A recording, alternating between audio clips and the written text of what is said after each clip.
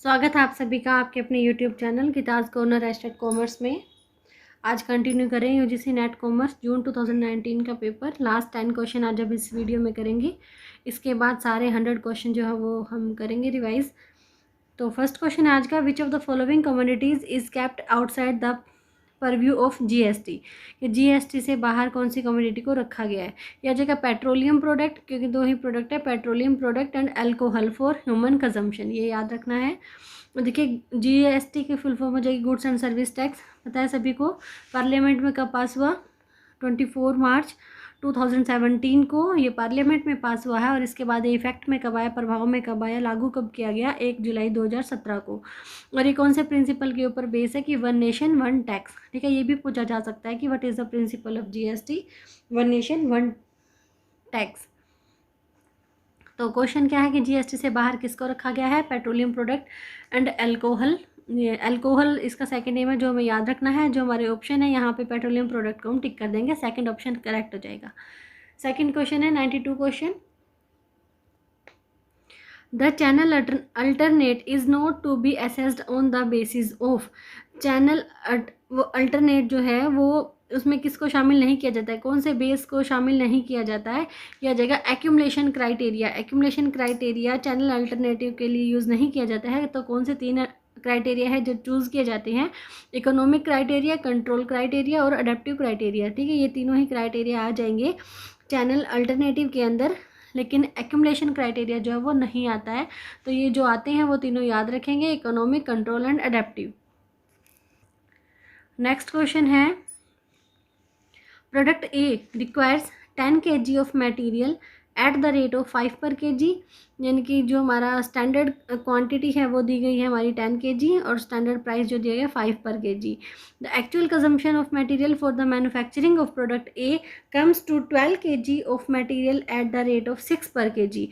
Actual में quantity है 12 kg और एक्चुअल का प्राइस है 6 per kg। Direct material cost variance is, direct material cost क्या हो जाएगा कि एस्टेट में भी हमने ये वाले क्वेश्चन किए हैं। एस्टेट में तीनों ही 2 बार पेपर में, एस्टेट के 2 पेपर में material cost variance, usage variance और क्वांटिटी वेरिएंस ऐसे पूछे गए हैं। 3 वेरिएंस इकट्ठे पूछे गए हैं, एक पेपर में 2 पूछे गए थे। तो यहाँ पे यूजीसी नेट कॉमर्स का पेपर है ये, और इसमें एक ही वेरिएंस पूछा गया है, मटेरियल कॉस्ट वेरिएंस। तो फॉर्मूला लग जाएगा, बिल्कुल ही सिंपल क्वेश्चन है। Standard cost variance minus actual cost variance. Standard cost कैसे आएगा? Standard quantity multiply by standard price, और एक्चुअल आ जाएगा actual quantity multiply by actual price. इस तरह से करेंगे तो माइनस में आंसर आ रहा है, यानी कि अनफेवरेबल 22 अनफेवरेबल हमारा आंसर आ रहा है। 22nd ऑप्शन पे जो चले जाएंगे, सेकंड ऑप्शन यहाँ बिल्कुल करेक्ट हो जाएगा। नेक्स्ट क्वेश्चन है, deduction under section 37(1) is allowed under tax laws for those expenditures which are. उनकी किन खर्चों के ऊपर जो है वो छूट दी जाती है? कौन सी धारा के तहत? 37(1) यह जाएगी रिवेन्यू एक्सपेंडिचर। ठीक है, रिवेन्यू एक्सपेंडिचर के ऊपर जो है वो टैक्स दी जाती है। ना वो कैपिटल होते एक्सपेंडिचर, ना ही डेफर्ड रेवेन्यू एक्सपेंडिचर होते। हमें याद क्या रखना है? सिर्फ रेवेन्यू, यानी कि रेवेन्यू एक्सपेंडिचर के ऊपर ही अंडर सेक्शन 37 फर्स्ट में डिडक्शन जो है वो दी जाती है, रिवेन्यू एक्सपेंडिचर। इस क्वेश्चन का आंसर हो जाएगा ऑप्शन फर्स्ट, बिल्कुल करेक्ट हो जाएगा, 94 का फर्स्ट ऑप्शन। 95 क्वेश्चन है, access capacity is not noticed in which of the following market condition. अधिक क्षमता जो है वो इनमें से जो 4 मार्केट की कंडीशन दी गई है इसमें से किस में वो नहीं दिखती है, किस में नोटिस नहीं की जाती है? तो यह आ जाएगा परफेक्ट कॉम्पिटिशन में अधिक क्षमता यानी कि एक्सेस कैपेसिटी को नोटिस नहीं किया जाता है। तो गाइज़, अगर आप चैनल पे नए हैं तो प्लीज़ चैनल को सब्सक्राइब करें, साथ में लगे बेल आइकन को भी प्रेस करें ताकि हर आने वाली वीडियो की नोटिफिकेशन आपको टाइम पे मिल जाए। और कल ही मैंने न्यूज़ पढ़ी कि एचटेट 2021 का जो नोटिफिकेशन है वो जल्दी ही जारी कर दिया जाएगा। तो आप लग जाइए अपनी तैयारियों पे, क्योंकि जल्दी ही एचटेट 2021 आपको देखने को मिलेगा। और वहाँ स्पेशल नीचे नोट भी लिखा गया था कि ये जो एचटेट है ये स्क्रीनिंग टेस्ट में भी मान्य होगा। तो स्क्रीनिंग के लिए, जो स्क्रीनिंग की तैयारी, जो सरकारी नौकरी पाने के इच्छुक हैं वो एचटेट पे फोकस करें। एचटेट क्लियर करके जो स्क्रीनिंग एग्ज़ाम है वो उसमें वो बैठ सकते हैं। नेक्स्ट क्वेश्चन है which of the following are included in digital payment system. Digital payment system में किसको शामिल किया जाता है? देखिए आरटीजीएस और एनईएफटी, ये दोनों की फुल फॉर्म अभी हमने लास्ट वीडियोस में भी की है। आरटीजीएस और एनईएफटी ये दोनों क्या है? डिजिटल पेमेंट सिस्टम के पार्ट हैं। आरटीजीएस मीन्स फुल फॉर्म भी 1 नंबर के क्वेश्चन में पूछ ली जाती है, या फिर मैच मेकिंग में भी आ जाता है, real time gross settlement. RTGS real time gross settlement, और एनईएफटी हो जाएगा national electronic fund transfer, national electronic funds transfer. तो थर्ड ऑप्शन जो है वो ए एंड सी ओनली, ए और सी जो दोनों बिल्कुल करेक्ट है, ये थर्ड ऑप्शन में चले जाएंगे। डिजिटल पेमेंट सिस्टम के डिजिटल पेमेंट सिस्टम में किसको शामिल किया जाता है? आरटीजीएस को और एनईएफटी को। नेक्स्ट क्वेश्चन है amount utilised in capital gain account scheme for which exemption claimed under section 54 shall be treated as long term capital gain if। देखिए जो कैपिटल गेन हुए हैं, ठीक है, तो कौन सी अमाउंट को जो अनयूटिलाइज कर दिया जाएगा, यानी कि अंडर सेक्शन 54 के अकॉर्डिंग किसको लॉन्ग टर्म कैपिटल गेन मान लिया जाएगा? 3 years have expired from the date of transfer. यानी कि जब भी कोई कैपिटल गेन होता है उसे 3 साल के अंदर अंदर अगर हमने इन्वेस्ट कर दिया है तो वहाँ पे जो है वो टैक्स नहीं लगता, लेकिन अगर उसे 3 साल हो चुके हैं और वो अगर हमने कहीं पे इन्वेस्ट नहीं किया है तो फिर उसके ऊपर टैक्स लगेगा। तो ये थर्ड ऑप्शन जो बिल्कुल करेक्ट हो जाएगा, 3 years have expired from the date of transfer. Transfer की तारीख से जो है 3 साल पूरे काउंट किए जाएंगे। अगर वो एक्सपायर हो चुके हैं तो फिर जो गेन है उसे लॉन्ग टर्म कैपिटल गेन मान लिया जाएगा। नेक्स्ट क्वेश्चन, लिस्ट 1 में जो 4 आइटम्स दी गई हैं, लिस्ट 2 में उनके एक्ट दिए गए हैं। आपको यहाँ मैच मेकिंग करना है। साइबर क्राइम क्या होता है? साइबर क्राइम कंप्यूटर से रिलेट करता है, तो इंफॉर्मेशन टेक्नोलॉजी एक्ट 2000 के अंडर ये आता है, ठीक है। साथ में मैंने ईयर भी लिख दिए हैं। इंफॉर्मेशन टेक्नोलॉजी एक्ट कौन सा है? 2000, क्योंकि अगली बार लिस्ट 1 में आपको ये एक्ट मिल सकते हैं और दूसरी लिस्ट में इनके ईयर मिल सकते हैं, तो ईयर भी आप साथ में याद रखिए। साइबर क्राइम क्या होता है? 2000।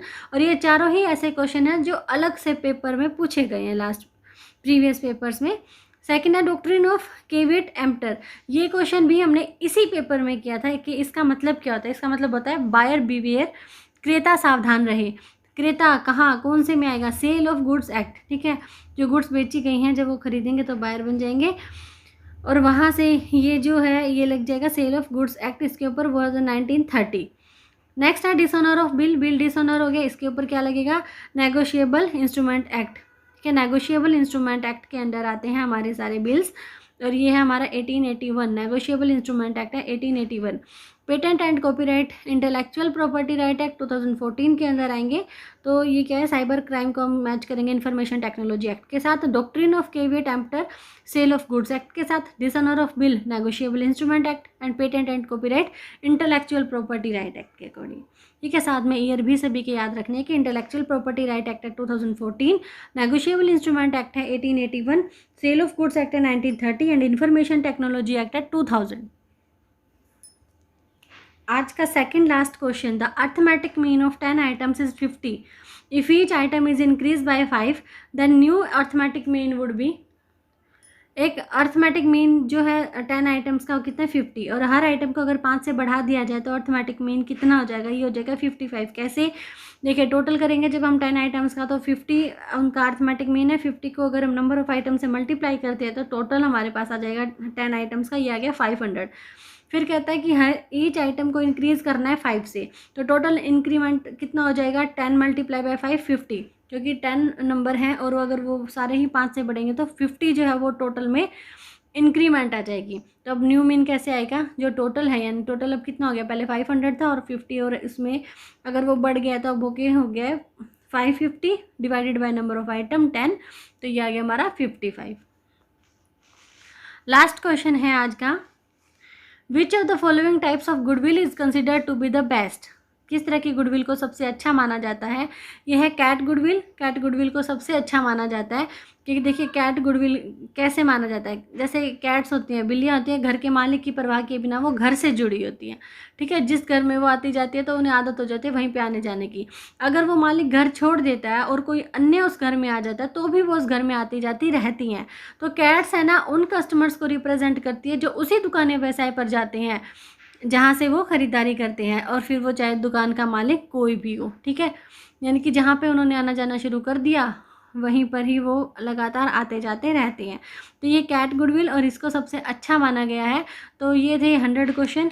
ये 100 क्वेश्चन के बाद ये चैनल पे 1000 क्वेश्चन जो है पूरे हो चुके हैं। साथ में HSC स्क्रीनिंग पेपर जो है वो अलग रह जाता है, क्योंकि 6 पेपर एस्टेट के किए हैं, 360 क्वेश्चन एस्टेट के किए हैं हमने, और 540 क्वेश्चन DSSB के, और ये 100 क्वेश्चन हो गए आज नेट के।